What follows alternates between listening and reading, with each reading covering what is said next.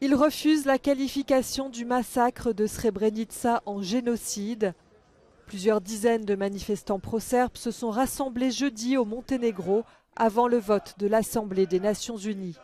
Peu après, l'ONU a instauré une journée internationale de commémoration du génocide de Srebrenica en souvenir du massacre de 8000 hommes en 1995. Le président de la République serbe, Aleksandar Vučić, minimise la portée du vote, puisqu'entre les voix contre et les abstentions, 107 États n'ont pas voté en faveur de la résolution. La France appelle les responsables politiques des pays de cette région à être à la hauteur de cette exigence.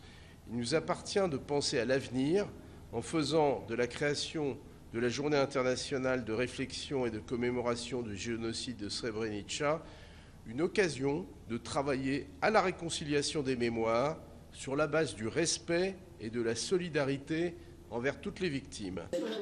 Les familles ayant perdu un ou plusieurs proches en Bosnie-Herzégovine il y a presque 30 ans saluent cette décision de l'ONU de faire du 11 juillet une journée de commémoration. Les Serbes, eux, estiment que ce choix va éloigner davantage les différents peuples du pays d'une réconciliation. Le président des Serbes de Bosnie a menacé de faire sécession.